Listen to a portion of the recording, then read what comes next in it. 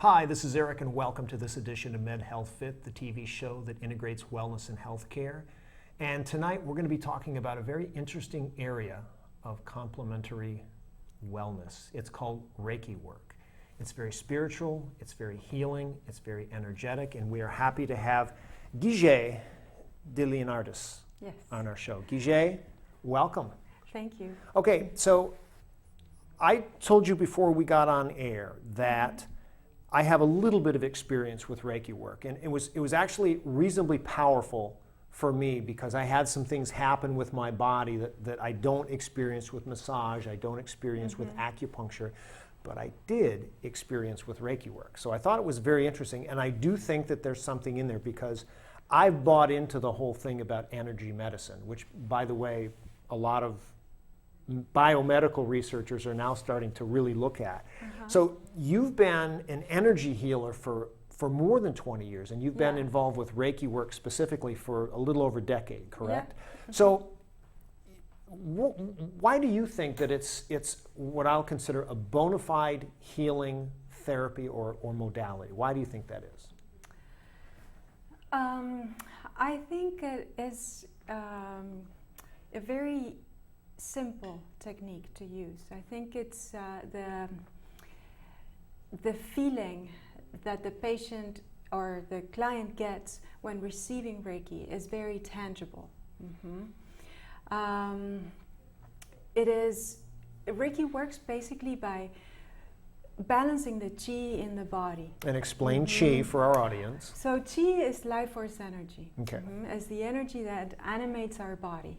And everybody has it. Everybody has it. There's many different types of chi, different types of life force energy.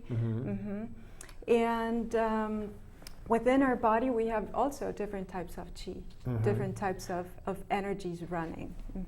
And you gave me some notes here, and you say it sort of runs sort of like blood flow. Yes. Or what we might think like the nervous system, which is actually energy. Yes. Our own central and peripheral nervous systems are energy. So if I could make a comparison, I could state that perhaps chi works similar to our central nervous system, but also sort of either along with, right? Well, yes, Okay. it does definitely animate. It's that life energy, that we have within our bodies. And it runs through the different, meridians and energy systems such as chakras or nadis, within the body, pretty much as blood runs through our veins. Right. And what happens is we go through our life experiences, and that flow of chi gets either disrupted or affected by our thoughts, emotions, creating either blocks or disruptions in this flow. Very much like, well, if you broke a bone and you got all swollen, you have all this inflammation, your blood flow and your nervous system flow can't move. It's obstructed. Exactly. So does chi work a little bit like vessels, that if it can't go this way, it may go the other way? Yes, and sometimes they just can't reach an area. Okay. It's not, it doesn't necessarily reroute, Always. Always, okay. yeah. You say it calms the nervous system. It does. And I'm going to make a comparison with things like somatic therapy, massage, breathing exercises, meditative music, etc. Yes. All of these things try to have an effect on the central nervous system, the parasympathetic, and everybody. Yes. One of the interesting things about Western medicine is that you'll give somebody a medication like Adderall, which sort of speeds up everything, whereas the integrative therapies go the opposite way for the parasympathetic to relax everything. Am I on the right track there? Yes, you are. Okay, so how are we working to sort of calm that system? Well, The main thing I want to add to what you said is that the beauty of Reiki is that, the client doesn't really have to do anything. Not everybody is able to meditate to the point where they calm their own nervous system down. Right. Not everybody is able to use other types of techniques in a way that is effective. Mm-hmm. With Reiki, you don't have to do anything. It gets done for you. Reiki comes into your body and it comes down your nervous system. It induces you to a place or a state of relaxation that is very, very deep. Mm-hmm.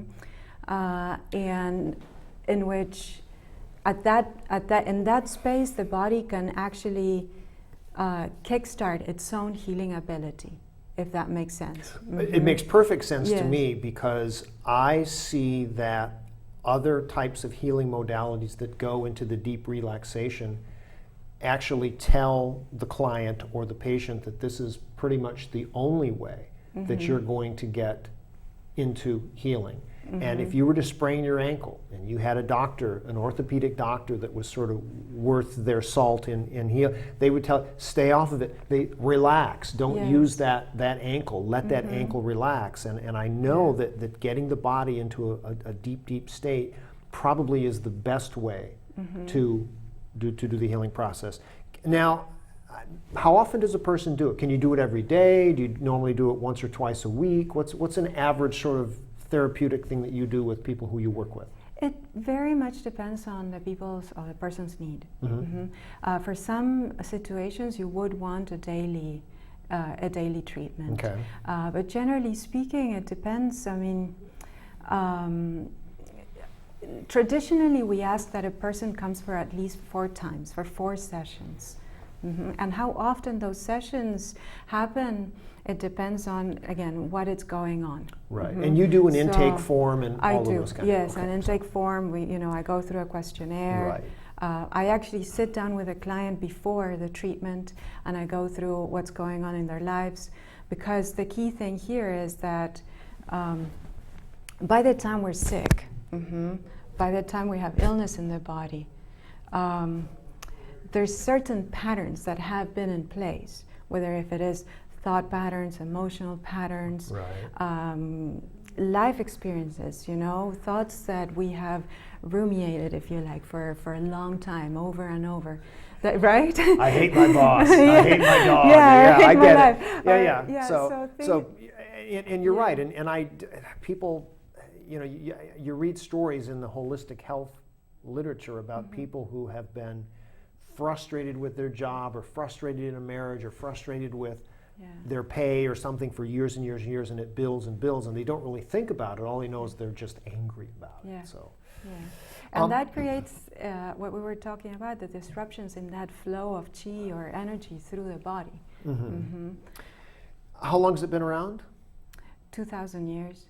Okay, so this is another, when you talk with people who are massage therapists, when you talk with people who do other types of healing modalities, homeopathy. Homeopathy was one of the major forms of medicine in the United States until the 19-teens or 1920s, when the Rockefeller Institute basically sort of pushed chiropractic and all these other healing modalities, to the curb. In terms of where we're at today, which in my estimation is not a very good place, which is why I love to have people like you on the show, because you're going to give me information. This is not a fly-by-night healing modality. This has been around a long time, and I have read Quackbuster website and some of these other places where they say, oh, these things are just ridiculous. These people have no scientific basis whatsoever. And I find it interesting, as I just said, that in biology today, one of the big areas of research is in energy medicine. I mean, there are medical continuing education conferences, et cetera.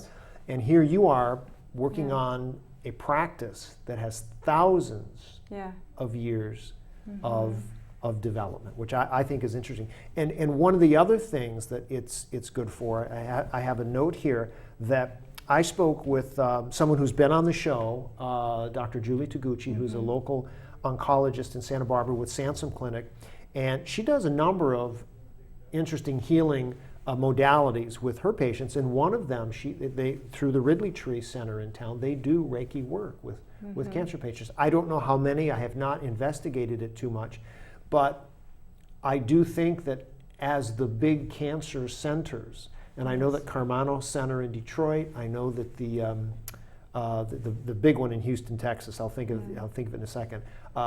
These are large cancer centers, and they all have Reiki practitioners who work there. So for someone to say that it's crazy, that it has no scientific basis, I would say that if you look at most of the major cancers, Sloan Kettering and these, they all have it.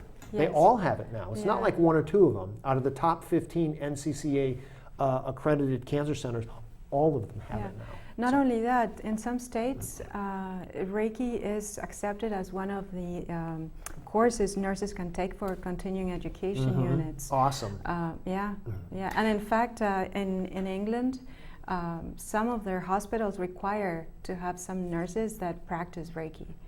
Which I think is amazing, because again, I'm my friend Michael, who's going through his cancer treatment, is not the only person I'm working with who has cancer. I'm working with 3 or 4 people now, where I'm talking with them and I'm trying to get what they're doing in terms of their therapies. So I want to take a little bit of a left turn here, and to sort of the best of your ability, how physiologically you are working with the nervous system, the parasympathetic nervous system. It's an energy force.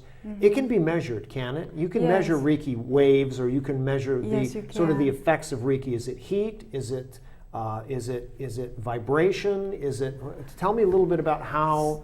Well, I mean, in terms of how one senses it, aside from the ability to measure it, different people sense it in different ways. And actually, the interesting thing is, depending what you're working on, you'll sense it in different ways. The more sickness, or the heavier the sickness, if you'd like, the more intense the feeling that you get, both for the client and the practitioner. So you'll feel it like warmth. Some people that have never received Reiki before think that you put some sort of heating device next to them. Well, it makes me laugh when I hear that, because I hear it so often. Well, which is interesting. So you know that physically something is happening, because you don't just feel heat that's not there. I know that people who have had amputations, sometimes they say, well, I can feel my leg even though it's not there. I understand that, but with heat or cold or something like that, there's probably enough of a change within the body that they're just in a heightened sense of awareness, but it's still happening to them. So I find it all fascinating, because like I say, frequency, vibrational waves, all of these things. I know that there's a cancer treatment that specifically uses waves. It's a wave technology for healing. It's 100 years old. And so you're sort of in good company with some of these other types of, because even MRI machines, a magnetic resonance imaging, resonates at a frequency. So all of these things are really frequency based. Go ahead. I was going to say that that's an important point. The way that Reiki heals is almost like a tuning fork. So what happens is, as this higher frequency of vibration comes into the body, it aligns those lower vibrational frequencies that are within the body of sickness. It speeds up the vibration, the vibrational during illness. rate. So a person who's ill has a lower vibration or a lower wavelength? Not throughout the body, but where that sickness is. Yes. So, and it could be throughout the body as well, but particularly what Reiki does is it kind of floods through the body, concentrates on those areas of lower vibration, and it attunes, if you like, or aligns the lower frequency to itself.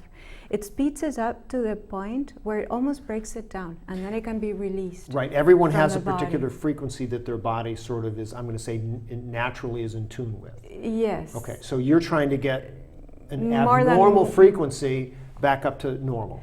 Yes, How- to a and- higher vibration, so I can be kind of broken down, almost like, you know, if you've seen in Well, those like sci-fi movies. Yeah, like breaking Yeah. up rock or something Yeah, like that. But, And I'll make another analogy. When a Yeah. person has a kidney stone, Yes. one of the types of treatments that they use is where they blast it with the radio wave, Yes, and that breaks it apart instantaneous. exactly. And so it's kind of this, I mean, that's a very powerful, and you know, even AED machines, you know, you put the electrodes on a person who needs to be shocked, and it puts that shock through the body, which is a wave. So fascinating in terms of where it's going. Now, the last question here is that, let's say you're talking about bringing up a person who's ill.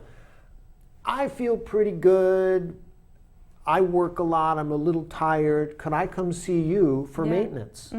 Yes. I don't want to get sick. Exactly. I'm Mr. CEO working 70 hours a week, or whatever, and I say I want to do something, and I meet you, and you say, well, you should do this. So you actually have, I'm going to say, a preventive type aspect of Reiki that just sort of gets people back in tune.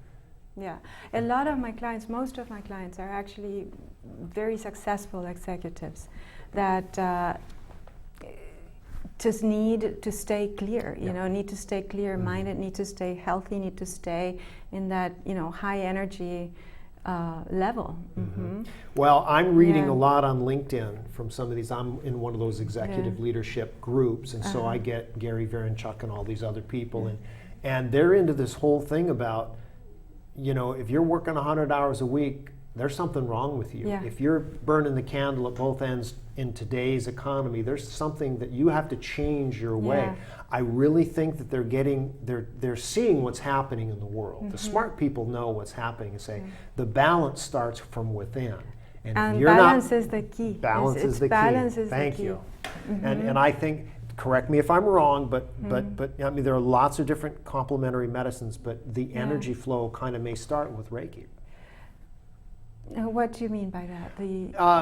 I could do massage, and somebody may get their elbow in there, and and I walk out of the massage like somebody hit me with a baseball bat. You don't feel that after you're done with a Reiki session. And I've had maybe 5 or 6 in my life. And I told you the first time I really felt like something opened up right in my chest. It was one of the most interesting things, and I went in there like, I don't know what's going to happen. I had no idea what was going to happen, but I do know that there's that deep sense, and maybe that's what deep relaxation is that something relaxes to the point where it's never relaxed before. Yeah. So, how did you get into Reiki work? So I had experienced different types of energy healing back in Argentina, where I started training 20 years ago. Just more like a cleansing type of energy healing, literally lifting off lower vibrational energies from the body, which have to do with, low emotions, negative thoughts, negative experiences. And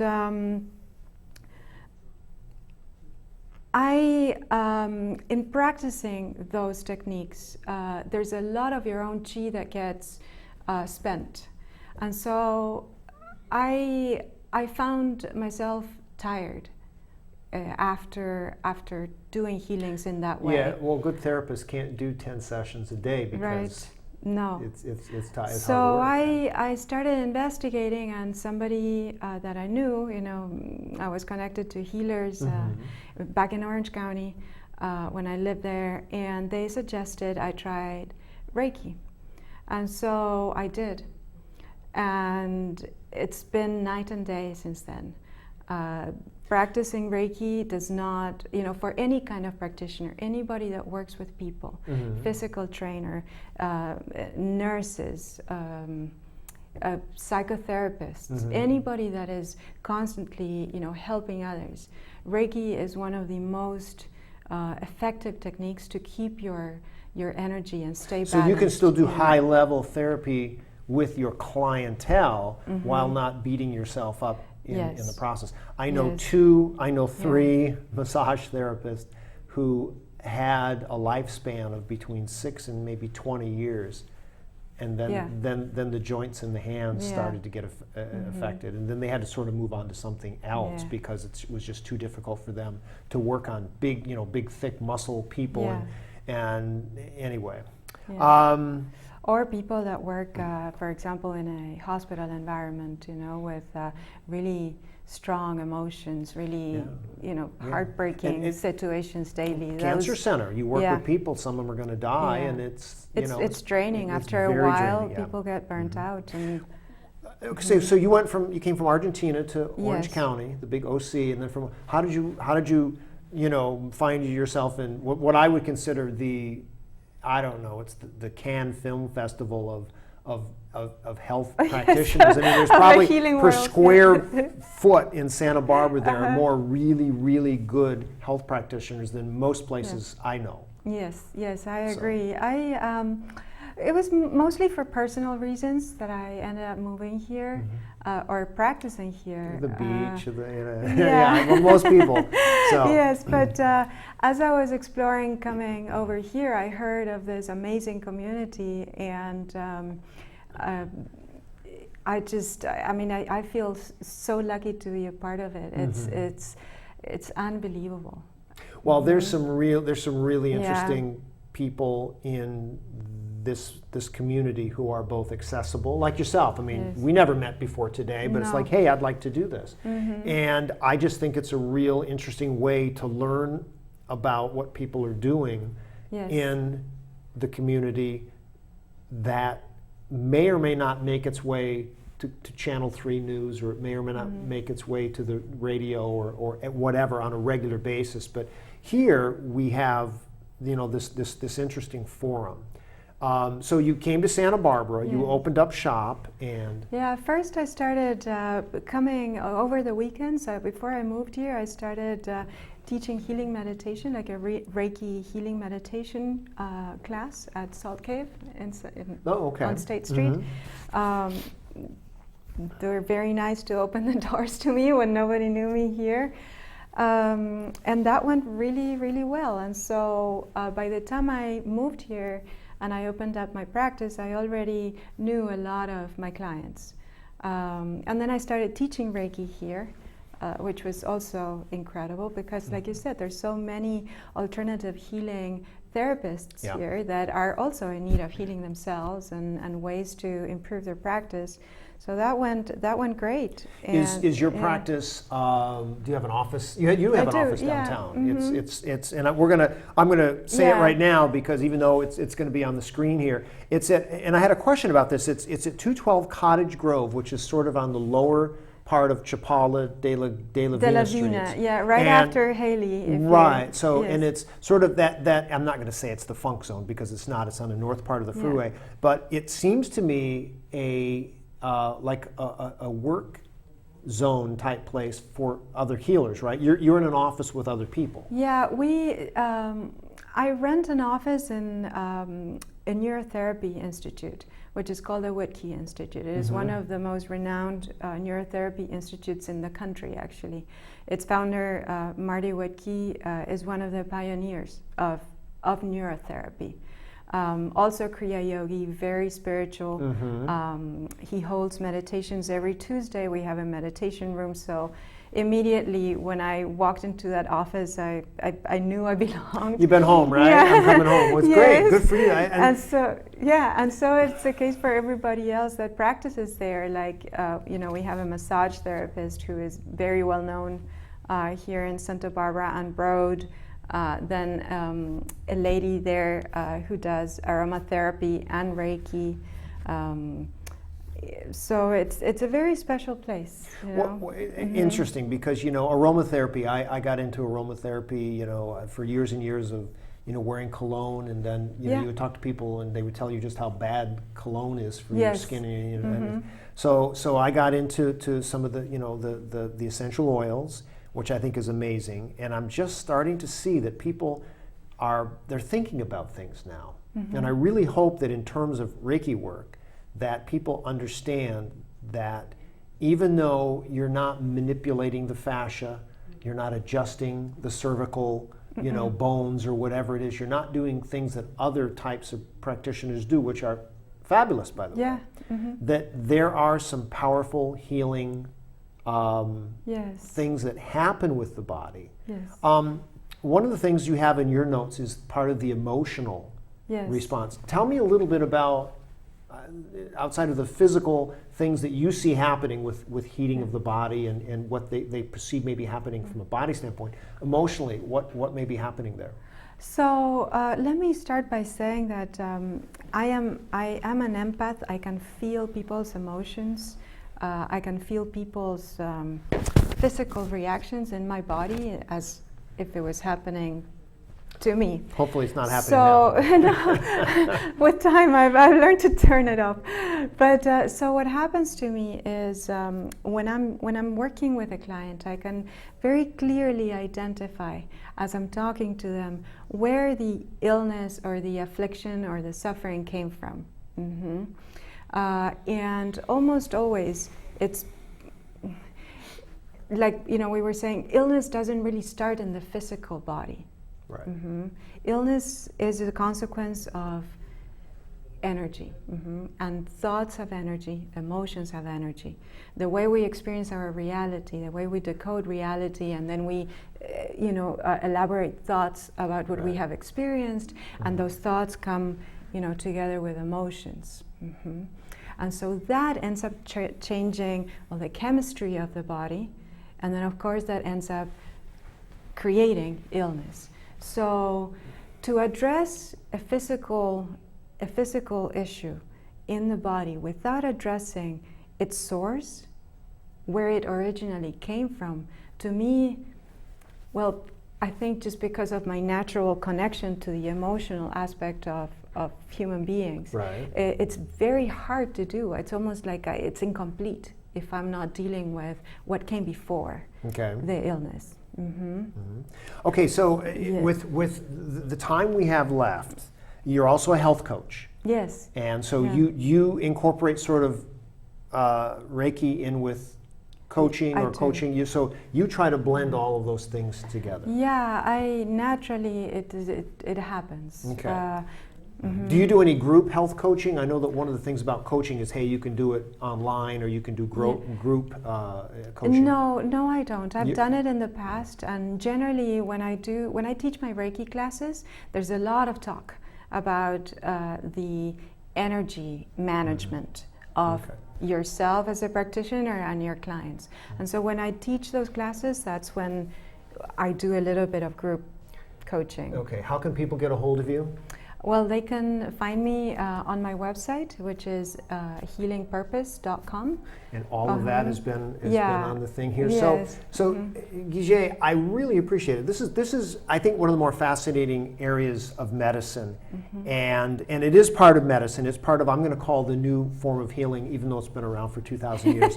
and you're at the forefront. I think you're at the 212 Cottage Grove, and I think that's a really great group of people. I want to come visit sometime. Please do. You have your Tuesday meditations, which hopefully I'll jump in on. So for Med Health Fit, this is Eric Durak. Thanks for watching. And give me the website one more time. Healingpurpose.com. Thanks for being on the show. Thank and you we'll for see you having me, next time Eric. on Med Health Fit. Yeah.